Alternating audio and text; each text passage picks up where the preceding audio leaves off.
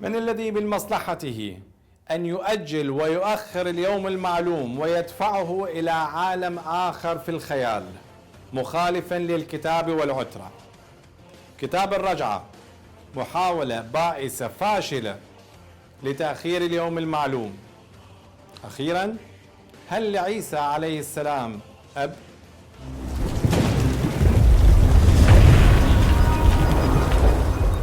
سامري مكتب النجف وعجل الفيسبوك أصدروا كتاب اسمه الرجعة.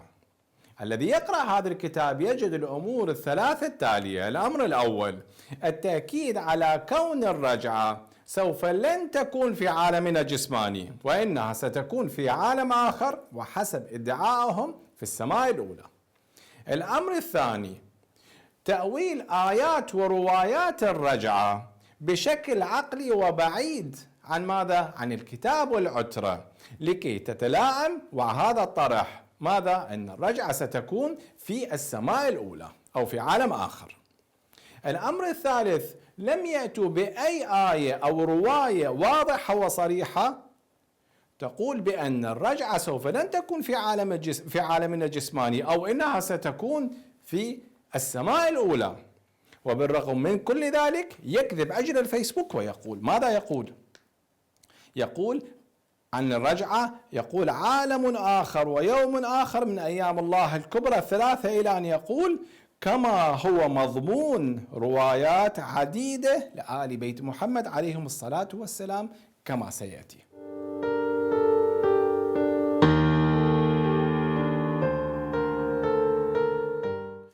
في هذا البرنامج سنبين كيف أن عجل الفيسبوك لفق كون أن الرجعة ستكون في عالم آخر في السماء الأولى، وسنبين السبب من وراء ذلك.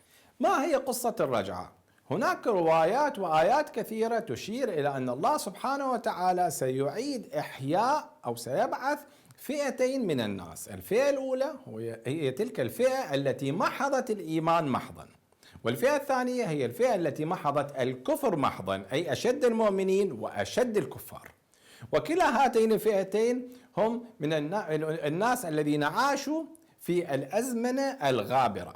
طيب، ما هو الهدف من الرجعة؟ لماذا الرجعة؟ هنالك أهداف كثيرة ولا يعلمها إلا صاحبها، وستتبين لكم في أوانها إن شاء الله. ولكن هذا الصراع ما بين هاتين الفئتين هي الخطوة الأولى في بناء دولة العدل الإلهي.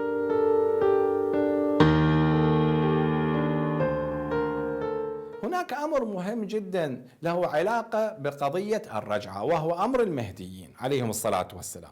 هناك روايات كثيرة تقول أن بعد الإمام المهدي سيأتي المهديين. روايات المهديين لم تكن بمحط اهتمام الشيعة لفترات طويلة، وذلك لأنه كان من الصعب عليهم أن يوفقوا ما بين روايات الرجعة، روايات المهديين، روايات الأئمة، والقيام المقدس، أي قيام القائم. وهذا أمر متوقع، لأن هذه الأمور الأربعة لها علاقة قوية ومهمة بالخطة الإلهية السرية لقيام دولة العدل الإلهي، فبالتأكيد لا يطلع عليها أي شخص. المهم هنا الذي يقرأ روايات المهديين وروايات الرجعة سيجد أن هناك أمر مشترك مهم، وهذا الأمر المشترك هو أنه ستكون هناك غلبة، نصرة، ستكون هناك إقامة لدولة العدل الإلهي. من جانب آخر لدينا نحن ثابت لدينا أن دولة العدل الإلهي لن تتحقق إلا على يد القائم عليه الصلاة والسلام. إذن توجد علاقة قوية ما بين روايات المهديين، أو عفوا ما بين المهديين وروايات الرجعة من جهة، ومن جهة ثانية بقيام القائم ودولة العدل الإلهي. وهذه العلاقة واضحة كما هي الشمس. الآن كيف ستحدث الرجعة؟ كيف ما هي علاقة الراجعين بالمهديين؟ هذا من اختصاص من؟ هذا من اختصاص قائم آل بيت محمد إمام الزمان. واليوم قد جاءنا الإمام أحمد الحسن عليه الصلاة والسلام مع الرايات السود عند موت الملك عبد الله، وهو الوحيد الذي تفرد بإيضاح هذه العلاقة ما بين هذه الأمور الأربعة وبشكل يتلائم مع الكتاب والعترة. وبذلك زال التناقض الذي كان يواجهه المتشيعة وسامري مكتب النجف في إيجاد هذه العلاقة ما بين هذه الأمور الأربعة المهمة. أجل الفيسبوك في كتابه الرجعة اعتمد على الأمور التالية لكي يثبت بأن الرجعة ستكون في السماء الأولى وليس في عالمنا الجسماني. الأمر الأول، أن بعض الروايات ظاهرها لا يتلائم مع عالمنا الجسماني. على سبيل المثال الرواية التي تقول أن أمير المؤمنين سيحكم 44 ألف سنة، وأن الرجل من شيعته سيكون له 1000 ولد ذكره.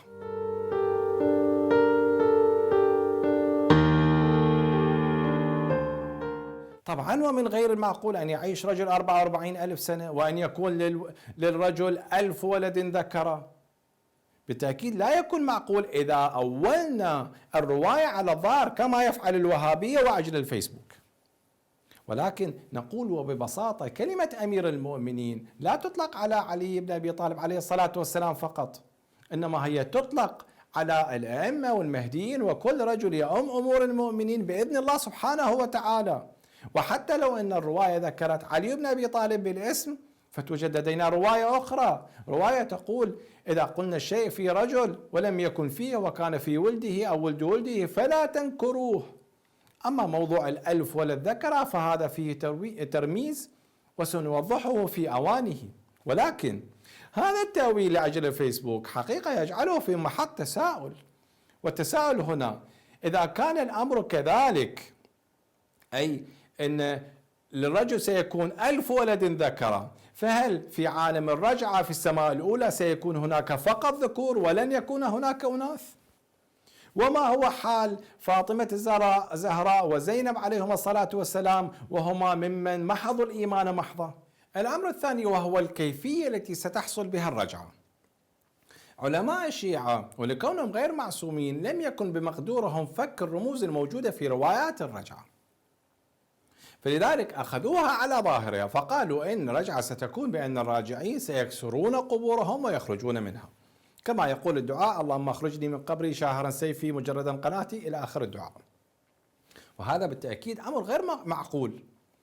ولكن عجل الفيسبوك استغل جهل علماء الشيعة وكون افتراضهم غير معقول لكي يثبت افتراضه أن الرجعة ستكون أين؟ في عالم آخر.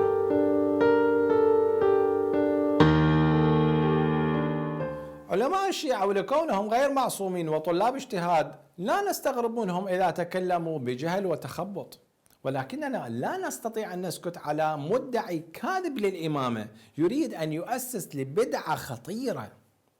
ولأجل الفيسبوك وللمتشيع أقول هل صعب على الله سبحانه وتعالى أن يدخل روح أحد الصالحين مثل مالك الأشتر أو موسى عليه السلام في جسد طفل، فيولد هذا الطفل ويكبر وينشأ في زمن القائم وينصره؟ حقيقة استغلال جهل الآخرين لكي تثبت أنك عالم، هذا هو النفاق الحقيقي يا سامري مكتب النجف. الأمر الثالث يعتمد على الحديث التالي. الحديث يقول عن مثنى الحناط عن جعفر بن محمد عن أبيه عليهما السلام قال أيام الله عز وجل 3: يوم يقوم القائم، ويوم الكرة أي يوم الرجعة، ويوم القيامة.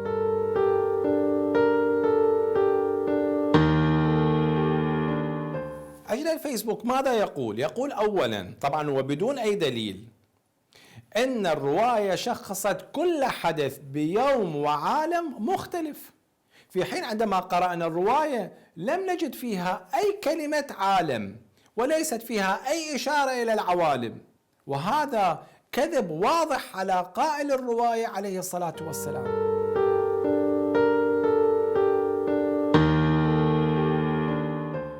الأمر الثاني ماذا يقول؟ يقول عندما خصت الرواية يوم الرجعة بيوم مقابل يومي قيام القائم ويوم القيامة الذين سيحصلان في عالمين مختلفين، لابد أن يكون فيه إشارة إلى أن العالم الذي ستحصل فيه الرجعة سيكون مختلف عن عالمي يوم القيامة ويوم قيام القائم، وهذا العالم هو السماء الأولى.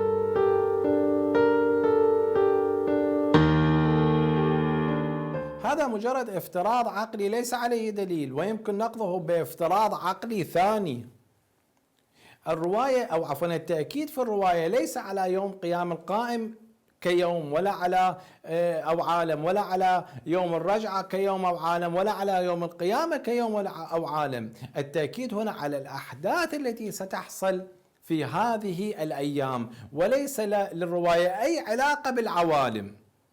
كما أن يوم الرجعة سيحصل في العالم الجسماني، لا يخرج الرواية عن معناها الحقيقي، لا بل يجعلها متفقة مع الكتاب والعترة. الأمر الآخر، كيف تعتمد على العقل والمنطق في فهم دين الله؟ هذا العقل والمنطق الذي هو أصلا خصص لهذا العالم الجسماني لم ينجح في فهم كل ظواهر هذا العالم المادي. لذلك آل بيت محمد قالوا دين الله لا يدرك بالعقول الناقصة. أنت بهذا التفسير أثبت أن عقلك ناقص. الأمر الآخر، كيف تصف يوم الرجعة بالكلمات التالية، كلمة حين ووقت وآن، في حين أنك في مكان آخر في الكتاب ماذا تقول؟ تقول أن الرجعة ليس لها علاقة بالزمان والمكان.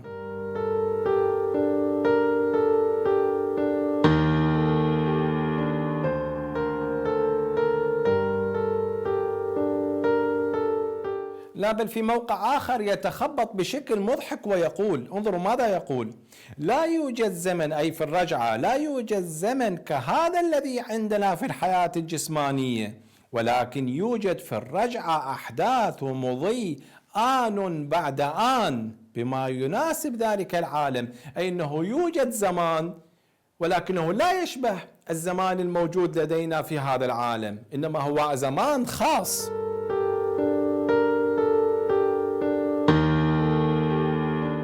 حقيقة لا أعلم هل الزمان في السماء الأولى له لون مثلا، أم أن الساعة 63 دقيقة.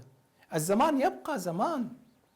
الأمر الآخر، توجد رواية ثانية ماذا تقول؟ تقول إنها لكرات وكرات، أي إنها رجعات كثيرة، وهو استشهد بهذه الرواية في كتابه.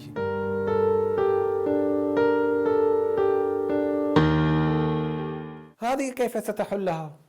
هل ستقول أن الرجعة الأولى في السماء الأولى، ورجعة الثانية في السماء الثانية، ورجعة الثالثة في السماء الثالثة، وهكذا؟ حقيقة هذا يسمى تخبط الكذابين. الأمر الرابع، هناك روايات تقول أن إبليس اللعين سيقتل على يد القائم عليه الصلاة والسلام.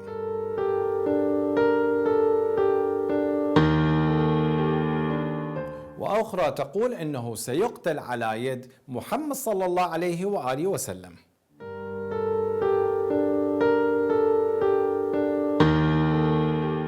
سامري مكتب النجف استغلوا هذين الحديثين وقالوا ما معناه. أن الحديث الأول الذي يقول أن إبليس سيقتله القائم عليه الصلاة والسلام، فإن هذا سيحصل أين؟ في الحياة الدنيا، أي في عالمنا الجسماني. والحديث الذي يقول أن إبليس سيقتله محمد صلى الله عليه وآله وسلم، فإن هذا سيحصل في عالم آخر، أي في السماء الأولى كما يدعون، لأنه من غير المعقول أن يقتل إبليس مرتين في الحياة الجسمانية. وكما هو الحال مع الكذاب، يحتاج أن يكذب أكثر وأكثر لكي يكمل كذبته، لذلك اضطروا إلى كذبة جديدة وبدون أي دليل من الكتاب والعترة، أن يجعلوا اليوم المعلوم بدل من يوم واحد جعلوه يومين.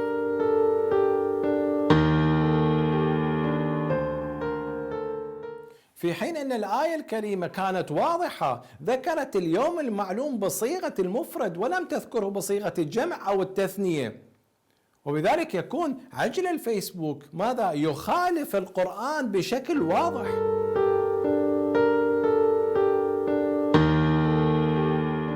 ليس فقط ذلك، لا بل تعالوا نقرأ الرواية التي تقول بأن محمد صلى الله عليه وسلم هو من سيقتل إبليس اللعين، والتي على أساسها استدلوا بأن رجعة ستكون في عالم آخر. ستجدون في هذا الحديث بالذات إشارة واضحة صريحة على أن الرجعة ستحصل أين؟ ستحصل في العالم المادي.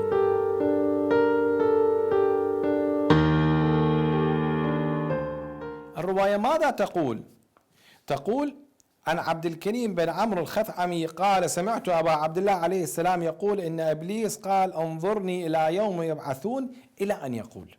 فقلت: وإنها لكرات، أي إن الرجل الذي يسأل الإمام ماذا قال؟ إنها لكرات، أي إنها رجعات.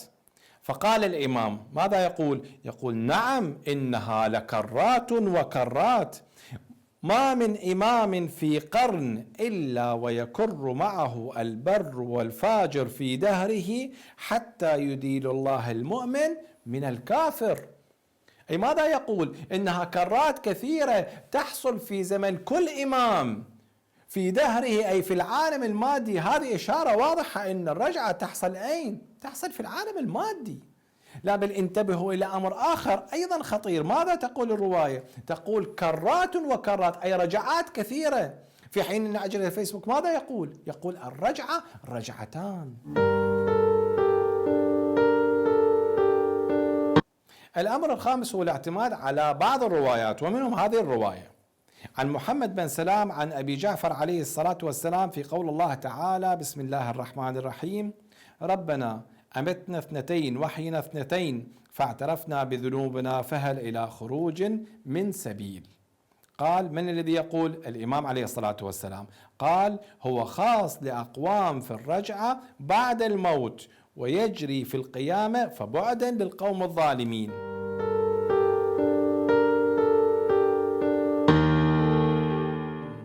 ماذا يريد أن يقول؟ يريد أن يقول أن الآية التي تقول ربنا أحينا مرتين وأمتنا مرتين، أن الحياة الأولى والميتة الأولى ستكون في هذا العالم الجسماني، والحياة الثانية والميتة الثانية ستكون في عالم آخر، أي في السماء الأولى. وكأنما الله سبحانه وتعالى لم يحيي أقواما أو قرى وأماتهم مرتين. أنت يا عجل الفيسبوك ألا تدعي كذبا بأنك الشبيه الذي صلب بدل عيسى عليه السلام؟ أي أن الله أحياك أو أماتك مرة وأحياك الآن وسيميتك في المرة الثانية. أتستغبي أنت؟ لا بل انظروا إلى الرواية ماذا تقول.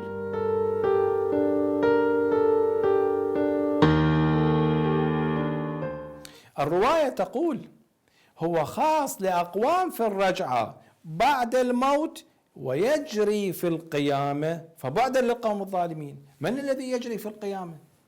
أليس الرجعة؟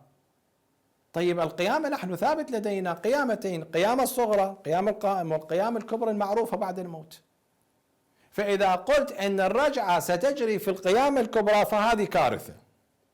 أما إذا قلت أن الرجعة ستجري في القيامة الصغرى فإنك تقول حسب ما يقول أصحاب الرايات السود وتناقض كتابك. هذه الرواية فيها إشارة واضحة صريحة أن الرجعة ستحصل عند قيام القائم. الرواية الثانية ماذا تقول؟ تقول عن أبي عبد الله عليه السلام قال: ما يقول الناس في هذه الآية بسم الله الرحمن الرحيم ويوم نحشر من كل أمة فوجا؟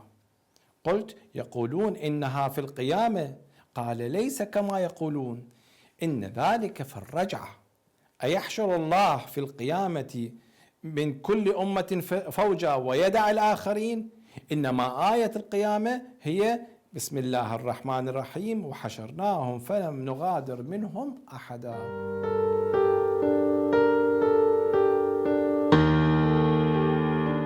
ماذا يريد أن يقول؟ يريد أن يقول أن الحشر في يوم الرجعة لابد أن يكون له شبه بالحشر أو حشر يوم القيامة، أي أنه يجب أن يكون في عالم آخر. طيب تعالوا نفسر كلمة الحشر. كلمة الحشر تعني الجمع، ويقول حشر الله قوما أي أعادهم إلى الحياة. إذن كلمة الحشر ماذا تعني؟ الله يعيد بشرا إلى الحياة ويجمعهم، وهذا حصل في الأزمنة الغابرة. ألم يحشر الله سبحانه وتعالى عزير عليه السلام؟ إذن الحشر ليس محصور حدوثه في يوم القيامة أو العوالم الأخرى لكي تفترض أن حشر يوم الرجعة لابد أن يكون أين؟ في عالم آخر. الأمر السادس وهو لكي يتخلص من بعض الأحاديث التي تقول بأنه سيخرج مع القائم أصحاب الكهف وهم من خلص أتباع علي بن أبي طالب ومحمد عليهم الصلاة والسلام، اضطر إلى بدعة ثانية جديدة وبدون أي دليل من الكتاب والعترة، وهو أن الرجعة رجعتان: الرجعة الأولى في زمن القائم بالمثل، والرجعة الثانية في عالم الرجعة في السماء الأولى بالنفس والجسد.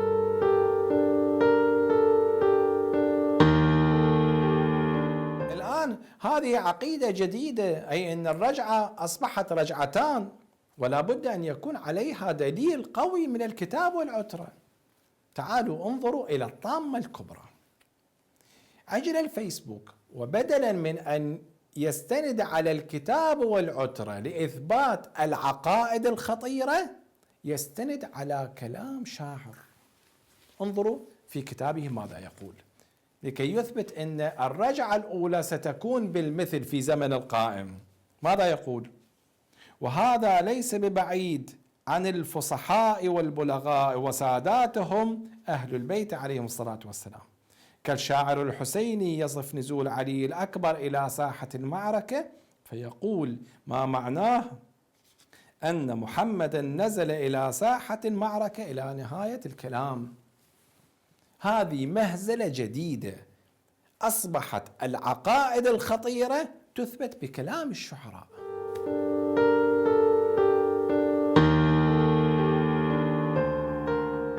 الأمر السابع وهو الآية الكريمة التالية التي تقول: بسم الله الرحمن الرحيم: إننا لننصر رسلنا والذين آمنوا في الحياة الدنيا ويوم يقوم الأشهاد. والرواية ماذا تقول؟ تقول: ذلك والله في الرجعة. هذه الآية وآيات كثيرة أخرى تشير وبوضوح إلى أن الرجعة تحصل في العالم الجسماني في هذه الدنيا.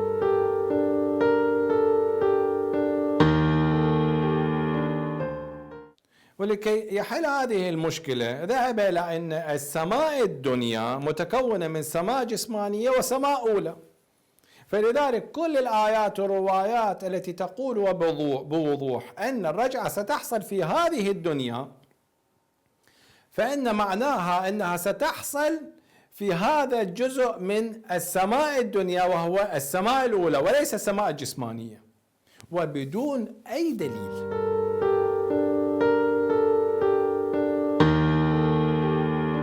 الأمر الثامن وهو هذه الرواية التي تخص الرجعة. ماذا تقول الرواية؟ عن الوليد بن صبيح عن أبي عبد الله عليه السلام قال إنه قال: دخلت عليه يوما فألقى إلي ثيابا وقال: يا وليد ردها إلى مطاويها، إلى أن يقول. من الذي يقول؟ الإمام عليه الصلاة والسلام: أف للدنيا أف للدنيا، إنما الدنيا دار بلاء سلط الله فيها عدوه على وليه، وإن بعدها دارا ليست هكذا. فقلت: من الذي يقول؟ الرجل الذي كان مع الإمام. جعلت فداك، وأين تلك الدار؟ فأجاب الإمام وقال: ماذا؟ قال: ها هنا، وأشار إلى الأرض.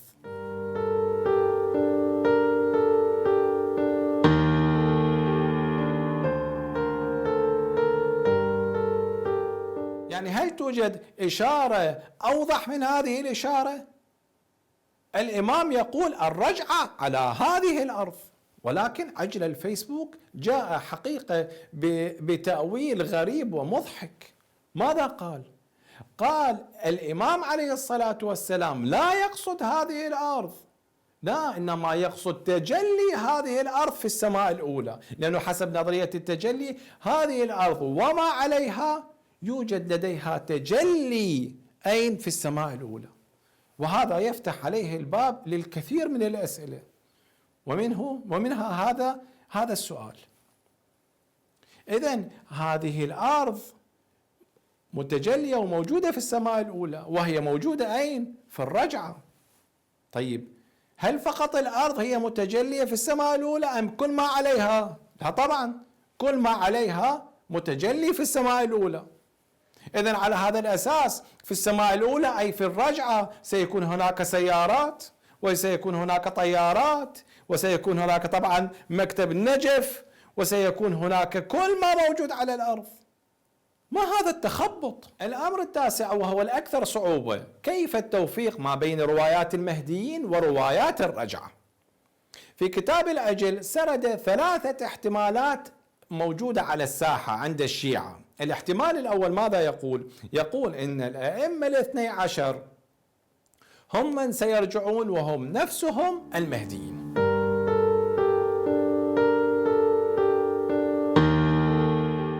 والأمر الثاني أن المهديين هم ليس الأئمة الاثني عشر، بل هم أناس آخرين سيأتون في الرجعة بعد موت الإمام الثاني عشر عليه الصلاة والسلام.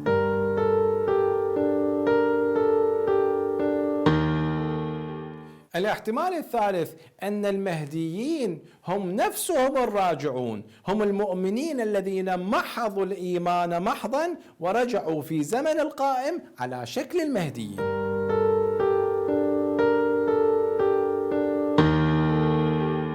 أجل الفيسبوك ماذا يقول؟ يقول لا، هناك احتمال رابع، أن المهديين عليهم الصلاة والسلام ليس لهم علاقة بالذين ستكون فيهم الرجعة، وليس لهم علاقة بالأئمة عليهم الصلاة والسلام، إنما هم أشخاص من نسل الإمام المهدي عليه الصلاة والسلام واحدا بعد الآخر إلى الإمام الثاني عشر، وبعده ستكون الرجعة. طيب ما هو دليله على أن المهديين ليس هم نفسهم الذين ستكون فيهم الرجعة أي الراجعين؟ يقول روايات المهدي الرجعة تقول الذين محضوا الإيمان محضا، هذه جاءت بصيغة المطلق، والمهديين هم من الذين محضوا الإيمان محضا. طيب إذا كان الراجعين أو الذين ستكون فيهم الرجعة ستكون في زمن القائم وفي زمن المهديين، فمتى سيرجع المهديين؟ فقال هذا الافتراض سيجعلنا في إشكال.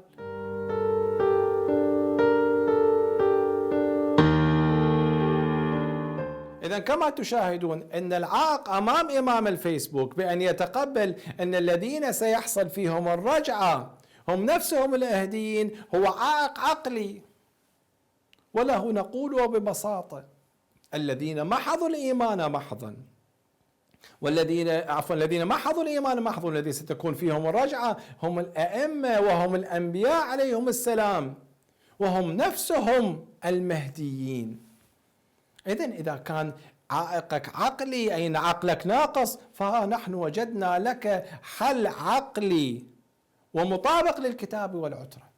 الأمر الآخر ماذا يقول؟ يقول لا نستطيع، ما معناه لا نستطيع أن نتقبل أن الآئمة عليهم الصلاة والسلام هم نفسهم المهديين، لأنه ستحصل لدينا مشكلة بالنسب، أي ما معناه إذا رجع الإمام الكاظم عليه الصلاة والسلام وهو أحد المهديين فهو لزاما سيكون ماذا؟ سيكون ابن الإمام أحمد الحسن عليه الصلاة والسلام في حين هو أحد أجداده. إذن لا نستطيع أن نقبل هذه الفرضية. وهنا نوجه سؤال بسيط إلى عجل الفيسبوك: هل العلاقات النسبية ما بين الأرواح هي نفسها العلاقات النسبية ما بين الأجساد؟ طيب ما رأيك أننا نستطيع أن نثبت لك أنه ومن القرآن أن لعيسى عليه السلام أب، لا بل له أبناء؟ الآن قد أثبتنا لكم ومن كتاب العجل كتاب الرجعة الباطل أن الرجعة ستحصل في عالمنا الجسماني وفي زمن القائم عليه الصلاة والسلام، وأن محاولة دفع الرجعة إلى عالم خيالي هي محاولة بائسة فاشلة لتأخير اليوم المعلوم أو للحيلولة دون قتل إبليس اللعين. هل عرفتم الآن ما هي الأرواح الشريرة التي تدير مكتب النجف الباطل؟ لا بل كما رجع الحسين عليه الصلاة والسلام أو روح الحسين عليه الصلاة والسلام في جسد أحمد الحسن عليه الصلاة والسلام، فلقد رجع إبليس بجسد